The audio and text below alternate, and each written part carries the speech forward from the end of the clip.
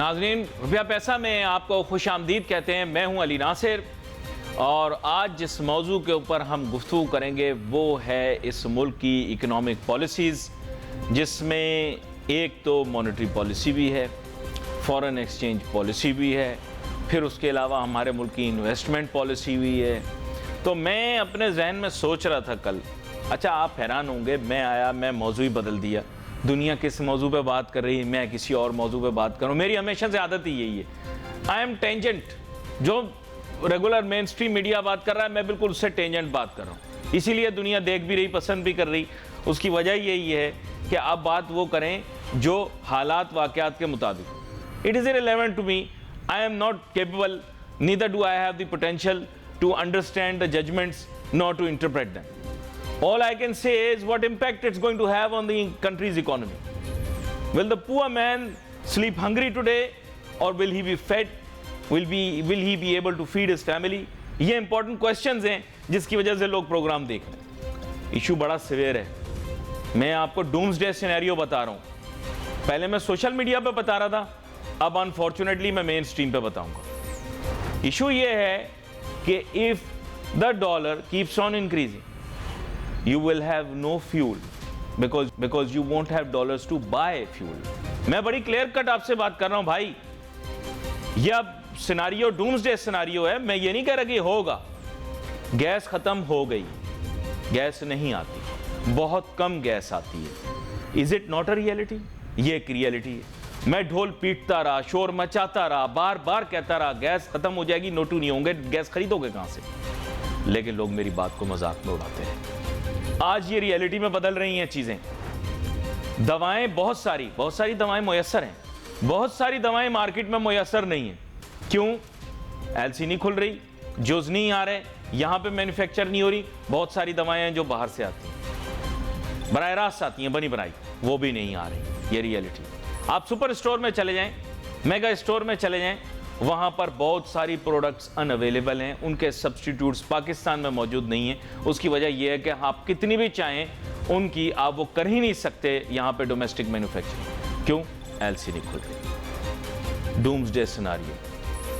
Fuel अगर खत्म हो जाए, गॉड फॉरबिड, मैं नहीं कहता होगा, जो मुझे दिख रहा है मैं आपको बता रहा हूं। डॉलर अगर इसी तरह अपवर्ड रहा, फ्यूल सप्लाई कट्स कर दी, ऑयल सप्लाई कट्स कर दी, मिडल ईस्ट ने भी कर दी, ओपेक प्लस कहते हैं, ओपेक ने भी कर दी, तो देन माइंड यू आपकी गिरफ्त से बाहर हो जाएगा, फिर आप खरीद नहीं सकोगे। यह मैं रियलिटी आपको बता रहा हूं। फिर आप खुद स्टैंड स्टिल पे हो गए। आपके मुल्क में बिजली भी फर्नेस ऑयल से बनती है। आप मेरी बात नहीं मान रहे हो, बज़िद हो रहे हो, जिद्दी बने हुए हो, अपनी बातें मनवा रहे हो, और politicians have nothing on their agenda except to come into power. You tell me what's going to happen to this country? क्या मुहब्बे वतन पाकिस्तानी इस वक्त नहीं सोच रहे कि मुल्क का आगे क्या बनेगा?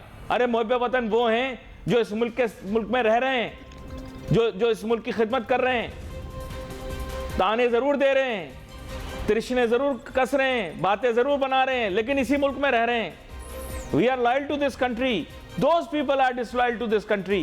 दे are not thinking about it, they are not thinking about it survival, they are only looking at their own future. मैंने आज फिर एक मुहब्बे वतन ताजिर सनतकार को प्रोग्राम में दावत दी है, और मैं यही चाहूँगा कि ये भी हमें इसी मौजू के ऊपर गाइड करें। जनाब परवेज़ हासवाला साहब, वेलकम करता हूँ आपको शो में। शुक्रिया अली भाई। मैं आजकल डेजिग्नेशन से तारुफ नहीं करा रहा सर, मैं आजकल इससे करा रहा हूँ कि कौन पाकिस्तानी बिजनेसमैन है, ताजिर सनतकार है, यहाँ पे पैसे लगाए बैठा। क्योंकि अब वो वक्त चला गया, अब तो बस वक्त आ गया कि इस मुल्क को बचाना है। आप क्या सोचते हैं, किस तरह से अब हालात को हम कंट्रोल करें? फिर मैं आपसे टेक्निकल सवालात पूछूं। जी अली भाई, बिस्मिल्लाहिर्रहमानिर्रहीम। आपने आज बहुत ही गर्म जो है ना, हॉट टॉपिक जो आपने छेड़ा है, और ये ऐसा टॉपिक है कि इससे हमारे मुल्क की जो बका है ना, उससे ताल्लुक़ है। अगर ताजिर बरादरी नहीं होगी तो मेरे ख्याल में ये मुल्क भी नहीं बचेगा। अगर आपने ताजिर बरादरी को मार दिया और बिजनेसमैनों को मार दिया और बिज़नेस ख़त्म कर दिया तो फिर ये मुल्क भी नहीं बचेगा। देखें, आप इंटरेस्ट रेट बढ़ाते हुए जा रहे हैं, बढ़ाते जा रहे हैं। अब इस कंडीशन में तो मेरे ख्याल में कोई ताजिर जो है ना, वो इंडस्ट्री चला ही नहीं सकता है। ठीक है ना? अब तो ये हो गया है कि पैसे जो हैं वो बैंक में जमा करा दो और आराम से बैठ के ना तो सूद खाओ या इस्लामिक बैंकिंग में पैसे जमा करा दो और कारोबार करो नहीं, अपने घर में ही लैपटॉप चलाते रहो, टीवी देखते रहो, मुल्क का हाल देखते रहो। देखें जो ताजर बरादरी का जो पैसा लगता है ना, उससे क्या होता है कि आपके मुल्क का पहिया चलता है। आप हमें जो है ना वो लोगों को एम्प्लॉयमेंट मिलती है, आप हज़ारों लोगों को एम्प्लॉयमेंट देते हो। जब ताजिर का पैसा बिजनेस में लगता है, ताजिर का पैसा बिजनेस में लगता है तो गवर्नमेंट को रेवेन्यू आता है, गवर्नमेंट को टैक्सेस मिलते हैं, बहुत सारी इकोनॉमिक एक्टिविटी जनरेट होती है।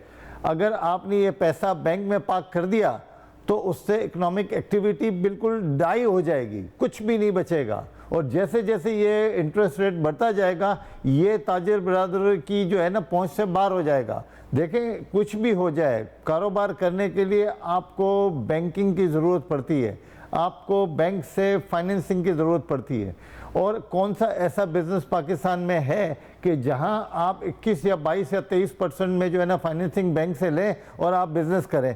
यहाँ तो वैसे ही ना बिजली आ रही है ना गैस आ रही है। इंडस्ट्री आप चला लें बिजली के बगैर, इंडस्ट्री आप चला लें गैस के बगैर, इंडस्ट्री आप चला लें स्टेबल करेंसी ना होने के बावजूद। ये तीन जो बिजनेस के डायनामिक्स होते हैं, ये तीन इंग्रेडिएंट्स होते हैं, ये आप बिजनेस को नहीं देंगे तो कहाँ से होगा? इंसान को अगर आप खाना नहीं देंगे तो इंसान एक हफ्ते तक रहेगा, वरना इसके बाद तो वो डाई हो जाएगा। इसी तरह से इंडस्ट्री है, उसको आप इंग्रेडिएंट्स नहीं देंगे तो इंडस्ट्री भी ख़त्म हो जाएगी, और इंडस्ट्री ख़त्म हो जाएगी तो मेरे ख्याल में ये पाकिस्तान की इकोनॉमी जो है ना बिल्कुल समझे पैकअप हो जा रही है, और ये पैकअप होते हुए जा रही है। आप देखेंगे इकोनॉमिक इंडिकेटर्स बता रहे हैं कि आपकी इकोनॉमी जो है ना श्रिंक हो रही है, और इसी वजह से आपके जो रेवेन्यूज़ हैं, आप किसी भी गवर्नमेंट ऑफिसर को पूछ लें कि आपके रेवेन्यूज़ की क्या पोजीशन है, वो रेवेन्यूज़ की पोजीशन ये है कि वो नीचे होते हुए जा रहे हैं। गवर्नमेंट की अर्निंग कम होती जा रही है, गवर्नमेंट की अर्निंग कम हो रही है, गवर्नमेंट पैसा कहाँ लगाएगी? गवर्नमेंट के पास पैसा नहीं लगाएगी,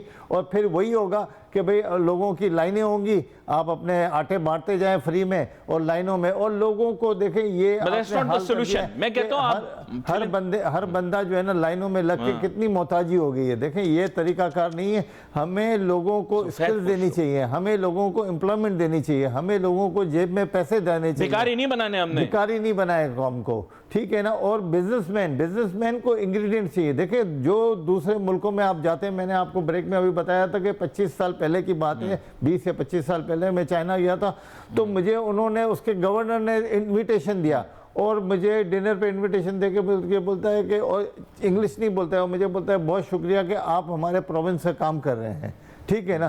क्योंकि वो बहुत खुश था कि उसके प्रोविंस में मैं बिज़नेस दे रहा हूँ, हालांकि छोटा बिज़नेस था, मगर उसने मेरा शुक्रिया अदा किया, और उसका ऑब्जेक्टिव ये था कि उसके प्रोविंस के लोगों को एम्प्लॉयमेंट मिल रही है, मतलब कि उसने भिखारी नहीं बनाया, एम्प्लॉयमेंट मिल, उसी में ही बहुत खुश था।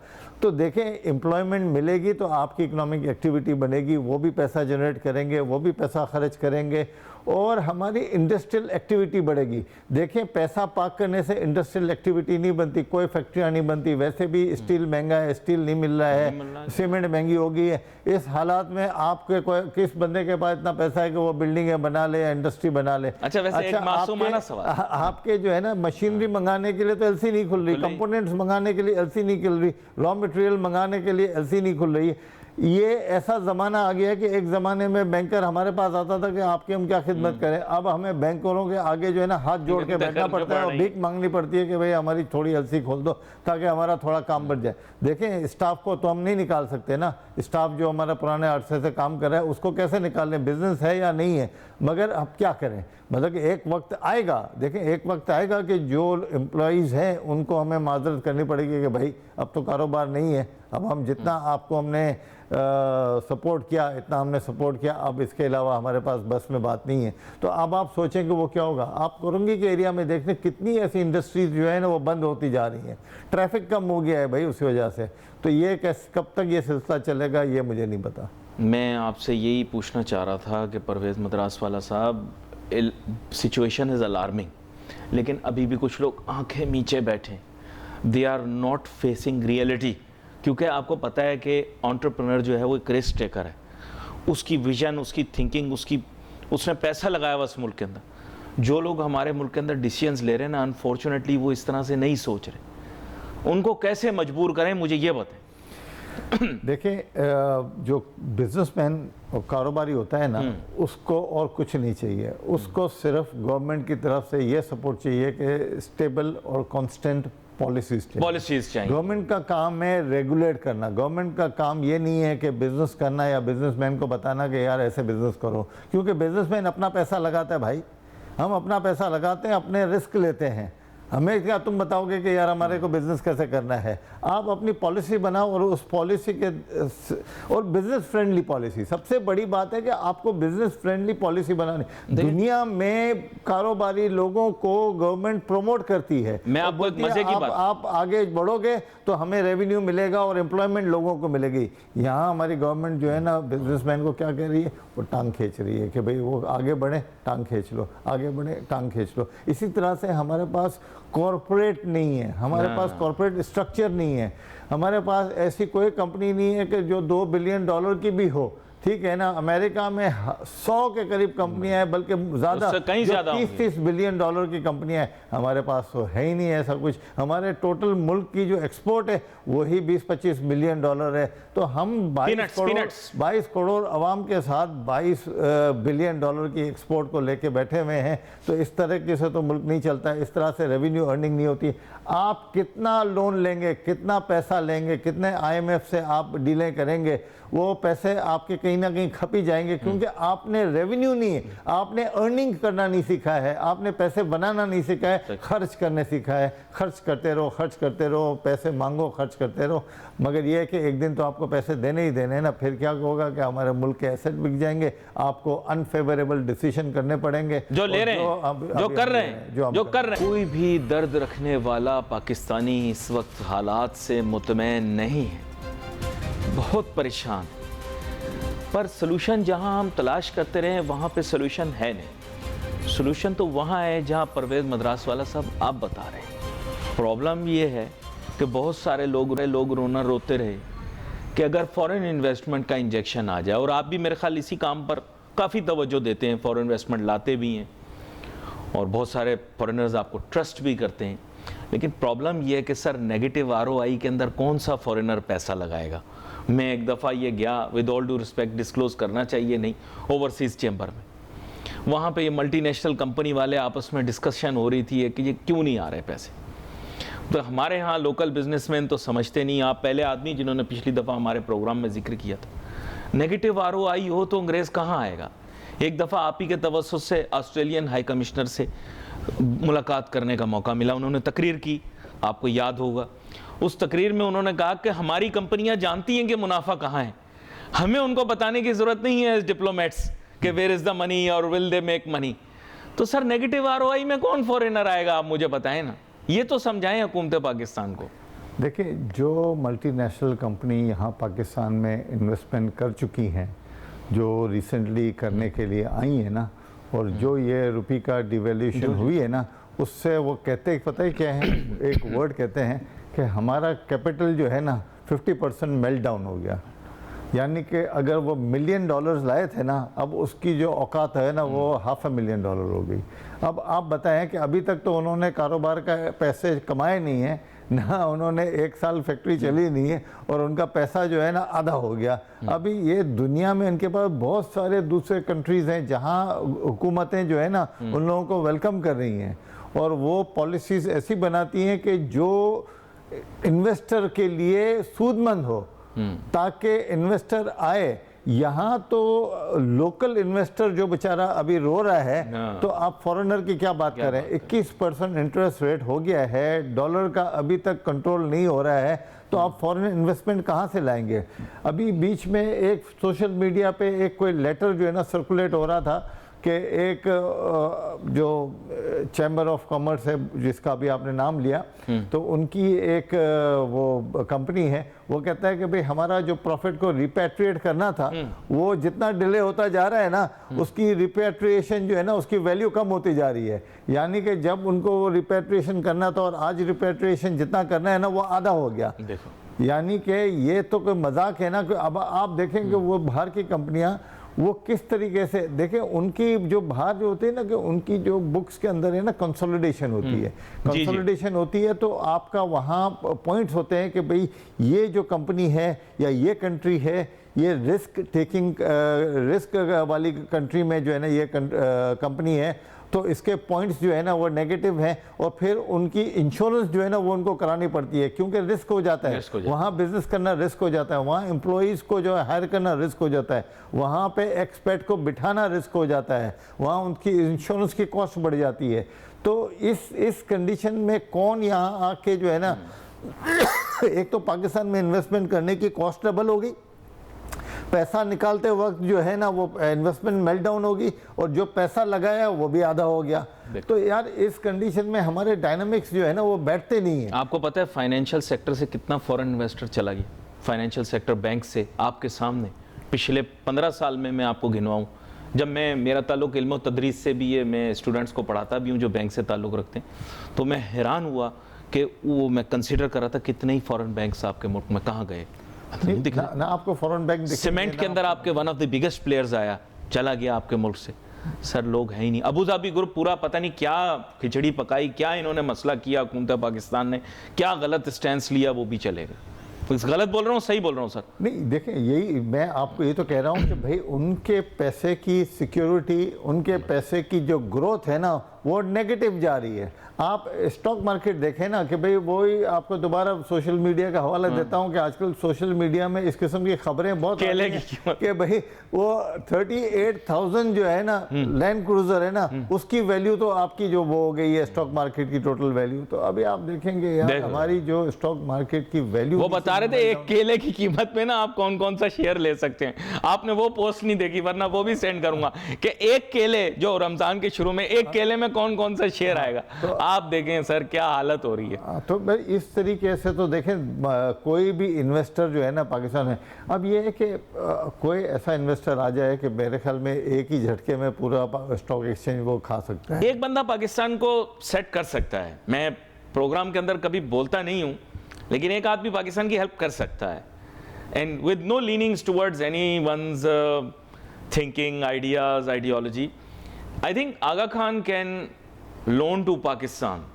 मतलब I have nothing to do with Aga Khan, but I can just say that Aga Khan has enough money to leverage Pakistan, क्योंकि आपको पता होगा कि he owns a lot of assets in this country. But I don't know whether he would be willing to do that. But in this difficult time, I think the government of Pakistan can approach him, because previously also he's been helping out, like he's helped out in a lot of things. One won't like to say, लेकिन maybe a couple of people like him are there. It's not like he is alone. There are others also. देखें कोई भी ऐसा group आएगा ना, वो ऐसे पैसे जो है ना फ्री में नहीं देगा कि वो गार्बेज में फ्री में नहीं फेंकेगा। वो देखेगा कि भाई मुल्क में स्टेबिलिटी है कि नहीं है, हमारा पैसा सिक्योर है कि नहीं है। आज हम पैसा भेजेंगे तो आज 200 रुपए का डॉलर है, कल 400 रुपए का हो जाएगा, तो हमारा तो इन्वेस्टमेंट आधी होगी।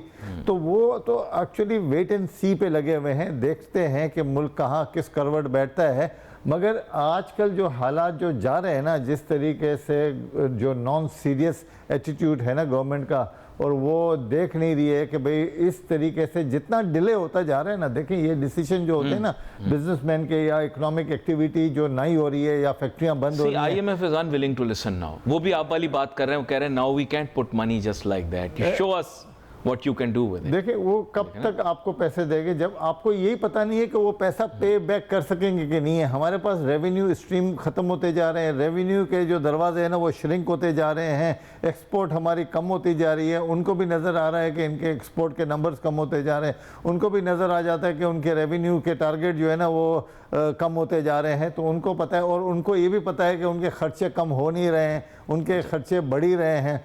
तो बात दरअसल ये कि इस सिचुएशन में कोई भी ऐसा लेंडर जो है ना वो आगे आके आपको पैसे नहीं देगा, और वो आपको शर्तों के ऊपर शर्तें रखेगा, शर्तें के ऊपर शर्तें रखेगा, इतना कि आप उसकी शर्तों के अंदर जो है ना बिल्कुल नीचे आ जाएं, और उसके बाद आपको बोलेगा नहीं अभी मैं सोच के बताऊंगा। मैं एक आपको बात बताऊं, पता नहीं आप इत्तेफाक करें नहीं करें, जितना पैसा इस मुल्क ने रियल एस्टेट में इन्वेस्ट करके ज़ाया किया ना, यकीन करो प्रोडक्टिव एसेट डॉलर ख़रीदने और कोई वैल्यू वाले एसेट को ख़रीद लेते ना, आज आपके मुल्क का ये हाल ना होता। ये जो पूरे मुल्क को प्लाटों के पीछे लगा दिया है, इसने मुल्क को बर्बाद किया है। I know I will be upsetting many of my friends, but I am telling you the truth, ये दिस इज यूजलेस इन्वेस्टमेंट, प्लाटों में पैसे लगाना। I don't think it was required, I don't think so. पता नहीं आपकी क्या राय है? देखिए, जो हमारे जैसा मुल्क है ना, उसमें क्या होता है कि आपकी जो डर्टी मनी होती है ना, वो प्लॉटों में जो है ना वो पार्क हो जाती है।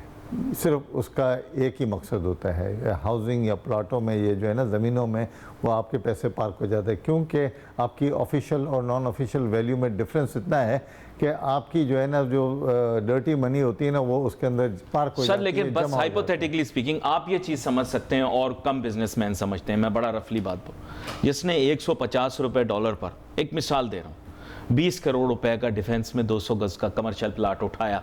मैं रियलिस्टिक सिचुएशन आपको बता रहा हूं। आप मुझे बताओ, आज डॉलर में तो उसकी कोई हैसियत ही नहीं है, तो क्या फायदा हुआ? आप मुझे बताओ, इस तरह पार्क करने का तो कोई फायदा ही नहीं हुआ। मैं बाहर वालों की बात नहीं कर रहा हूँ, मैं उन लोगों की बात नहीं कर रहा हूँ जो पैसा यहाँ से बाहर भेज। देखें, यहाँ से पैसा तो बहुत बाहर जाता है ना, एक तो ये जरिया भी है, बाहर भी जाते हैं। एक ये जरिया है कि प्लॉटों में पार्क हो जाते हैं, मगर बात है कि देखें, प्लॉट ऐसी जगह पे आप करें, हाउसिंग कॉलोनी ऐसी जगह पे बनाए जो बंजर लैंड हो। हमने तो हमारी जो है ना फर्टाइल लैंड को जो है ना, वो एग्रीकल्चरल लैंड को खत्म करके वहाँ हाउसिंग कॉलोनी बनाई। परवेज साहब, सीधी सादी बात यह है कि हमने अपना total focus of development in the past 5 may be even 10 years इसी पर रखा कि हम मुल्क के अंदर प्लाटिंग कर दें और हम रियल एस्टेट और कंस्ट्रक्शन इंडस्ट्री के जरिए किस तरह रिवाइवल लेकर आए। It's a good industry, there is no doubt about it, but there are other industries as well. और जैसे आपने कहा कि बहुत सारी प्रोडक्टिव लैंड भी मिसयूज हो गई, मिसयूज ही कहेंगे ना उसको, अगर प्रोडक्टिव लैंड है उस पर एग्रीकल्चरल प्रोडक्शन हो सकती है, आपने उसे इस्तेमाल में ले लिया। और सेकंड जो है, मैं कहूँगा कि दूसरी जो तलवार चल गई वो ये है कि ये इस एसेट की वैल्यू जो है वो डिटर्मिनेबल नहीं है। I will be very Frank. और जैसे हम ब्रेक में भी बात कर रहे थे कि इसकी वैल्यू शायद बहुत कम हो, लेकिन उसको प्रेजेंट करके ज़्यादा बेच दिया जाए, मॉडल करके थोड़ा जैसे दुल्हन को सजा देते हैं, फिर वो मेकअप धुलता है तो पता लगता है चीज़ कुछ और थी। तो मैं चाहूँगा आप थोड़ा इसके बारे में बताएं कि why we focused our entire policy making towards real estate and construction, where as we should have been doing production. CPEC का शोर फिर किस लिए था? प्लाटों के लिए थोड़ी था जी। देखिए, हाउसिंग जो होती है ना किसी भी मुल्क में, आप चले जाए ना, हाउसिंग उस वक्त चलती है जब लोगों की जेब में पैसा होता है। आपकी अगर कौम कंगली होगी तो आप वहाँ क्या लेंगे जाके? देखिए, ये सारी जो है ना, जो एक मुल्क की एक सर्टेन क्लास है ना, बस वही जो है ना वो पैसा उसके अंदर डालती है, वही जो है ना उन लोगों को बेचती है। वो जिसके पास पैसे जेब में होते हैं ना वही लेते हैं, और वही उसकी एसेट्स की वैल्यू जो है ना, रुपए की चीज़ को 10 रुपये आपस में ही ट्रेडिंग करके कर लेते हैं। वो खुश हो जाते हैं कि मेरी 1 रुपये की चीज़ 10 रुपये की हो गई है, ठीक है ना। हालांकि उसके बायर जो है ना लिमिटेड होते हैं। आप देखेंगे बहुत सारी चीज़ें, और उसके अंदर क्या होता है कि जो पैसा जो है ना हमारा, जो कहते हैं ना कि जो ऐसा पैसा होता है जो अनअकाउंटेबल होता है ना, वो पैसा वहाँ जाके पार्क हो जाता है, क्योंकि उसकी वैल्यू, जैसे आपने बोला ना, कि वो डिटर्मिनेशन नहीं कर सकते। बल्कि आप और एमनेस्टी दे रहे हो उस पे। हाँ, इंडस्ट्रियलिस्ट को एमनेस्टी दे रहे थे। देखिए, हमारा सबसे बड़ा प्रॉब्लम ही यही है इस मुल्क का कि हमने आज तक जो है ना, हमारी तरजीहात है ना वही गलत है। मैं फैक्ट्री लगाना चाहता हूँ, मुझे भी तो एमनेस्टी दो ना। हाँ, हमें जो है ना, जो इंडस्ट्रियलिस्ट है ना, जो फैक्ट्री लगा रहा है ना, उसको ज़मीन सस्ती देनी चाहिए, उसको इंसेंटिव देनी चाहिए, उनको हर चीज़ की फैसिलिटी देनी चाहिए। वो अगर बाहर से लोहा मंगाना चाहता है ना अपना, उसको बोलो तुम लोहा मंगा के तुम अपनी इंडस्ट्री बनाओ भाई, ठीक है ना। मगर देखें, जब वो इंडस्ट्री बनेगी, एक्टिविटी होगी, लोगों के पास पैसा आएगा, लोगों को एम्प्लॉयमेंट होगी, वो खुद जाके फिर घर भी लेगा। अभी आपने क्या कर दिया है कि डिमांड एंड सप्लाई के अंदर आपके पास जो है ना वो रेजिडेंशियल एरियाज़ बहुत हैं, घर बहुत हैं, अपार्टमेंट बहुत हैं, हाउसिंग स्कीमें बहुत हैं, मगर बात दरअसल के लोगों के जेब में अब वो पैसे ही नहीं है। अच्छा, हम इंडस्ट्री बंद कर दी है, लोग अनएम्प्लॉयड हो रहे हैं, ठीक है ना, कारोबार है नहीं। अब आप देखें कि इस हालात के अंदर जब इंडस्ट्री नहीं चल रही है, कारोबार नहीं चल रही है, तो कौन जाके रियल एस्टेट में इन्वेस्टमेंट करेगा?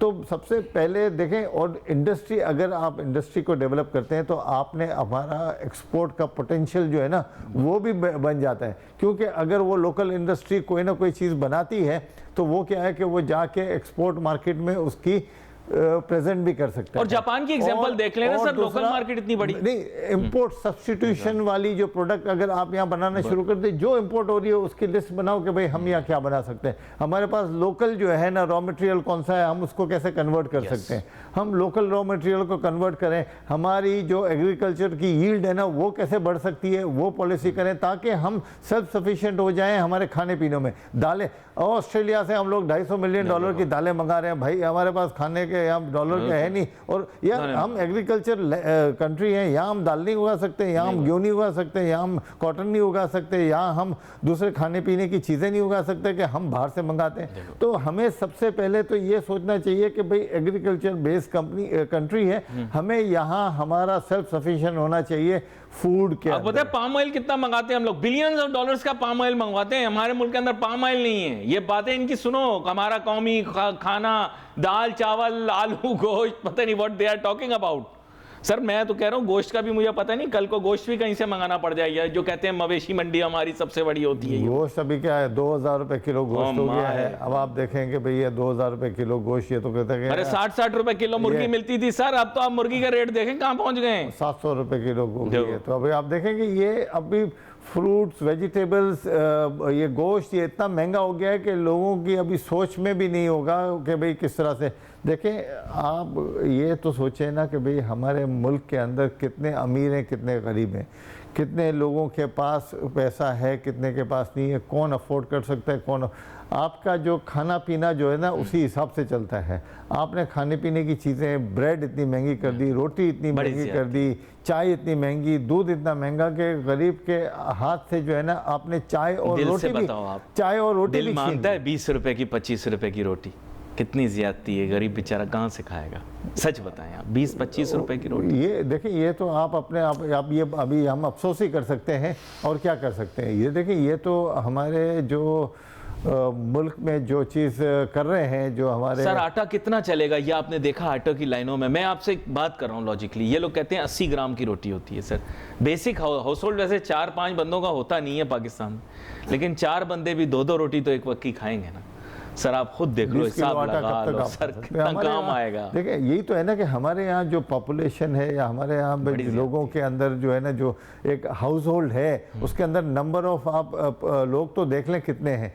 अभी यही तो हाल हो रहा है ना कि भाई एक बंदा में पता है कि उसके घर में 10 आदमी हैं, उसको आप एक थैला लेंगे तो वो क्या करते हैं कि वो झगड़ते हैं कि यार 2 मिल जाएं या 3 मिल जाएं ताकि मैं कम से कम रोटी से तो मेरा काम हो जाए ना। अभी यहाँ देखें रोटी जो है ना वो चाय नहीं मांग रहे ना दूध नहीं मांग रहे, भाई रोटी बोलते हैं कि रोटी मिल जाए तो हम अपना पेट भर लें, ठीक है ना। रोटी बना के उसके अंदर और कोई इंग्रेडिएंट्स नहीं चाहिए, सिर्फ नमक चाहिए और लकड़ी से पका के अपना काम कर लेते हैं। गैस तो है ही नहीं वैसे गैस नहीं है, मैं आपको बता रहा हूँ रियलिटी ऑफ द मैटर। तो अच्छा आप मैं ताजुब की बात बताता हूँ कि मेरे पास 32,000 रुपये का महीने का बिल आ गया और उस पर लिखा हुआ है कि गैस यूसेज नील। मैंने किसी को बोला कि यार मेरे पास 32,000 का बिल आ गया, तो बोलता है आपका कहीं लीकेज होगा। अब मैंने बोला अल्लाह के बंदे यहाँ गैस आ नहीं रहा है कुछ महीनों से, तो मैं लीकेज कहाँ से होगा, और लीकेज नहीं होगा और अपने ये तुमने इतना बड़ा बिल बना दिया। तो अब यहाँ यार आप इस मुल्क में आप किससे क्या बात, कोई सुनवाई नहीं है, सुनवाई नहीं है। और दूसरी बात ये कि जिसकी लाठी उसकी भैंस, और दूसरा गरीब आदमी के लिए अब ये मुल्क जो है ना ये ऐसा हो गया है कि भाई एक ज़माने में था ना कि भाई पता नहीं, अब मैं उसको कहना नहीं चाहता मगर ये कि गरीब आदमी के लिए ये जो है ना इस तरीके से रहना सजा की तरह बहुत है, सजा हो गई है, ठीक है ना। आप उसको जेल में तो and these politicians are bickering among themselves over who wants to take over next। देखिए वो जो टॉपिक है ना, टॉपिक जो देखिए दुनिया में काम चलते हैं, पॉलिटिक्स अलग होती है और दूसरे जो कारोबार होता है ना, जो ब्यूरोक्रेसी होती है ना वो अपना काम करती है, वो गवर्नमेंट की पॉलिसीज पे स्ट्रिक्ट कंप्लायंस होती है, कारोबारियों को वही फैसिलिटी मिल रही है, काम वही चल रहा होता है।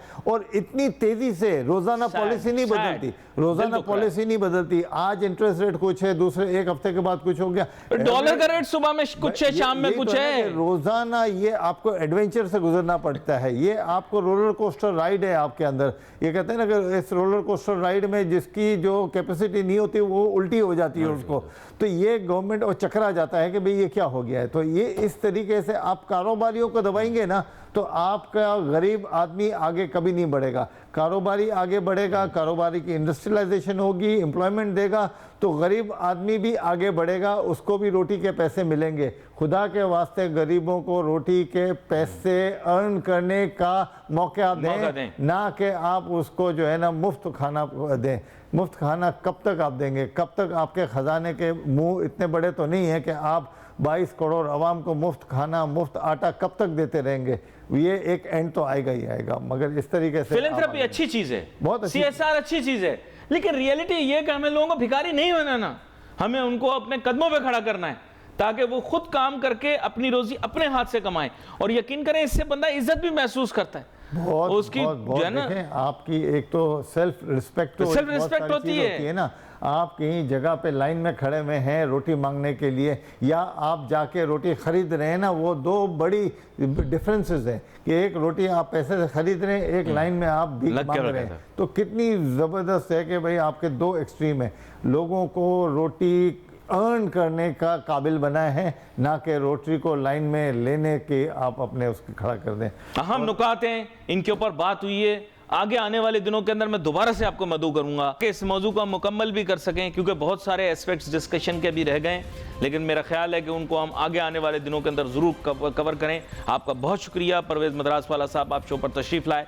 We wait for message on Facebook. Ali Nasir हमारी टीम को इजाज़त दीजिए। अल्लाह हाफिज़।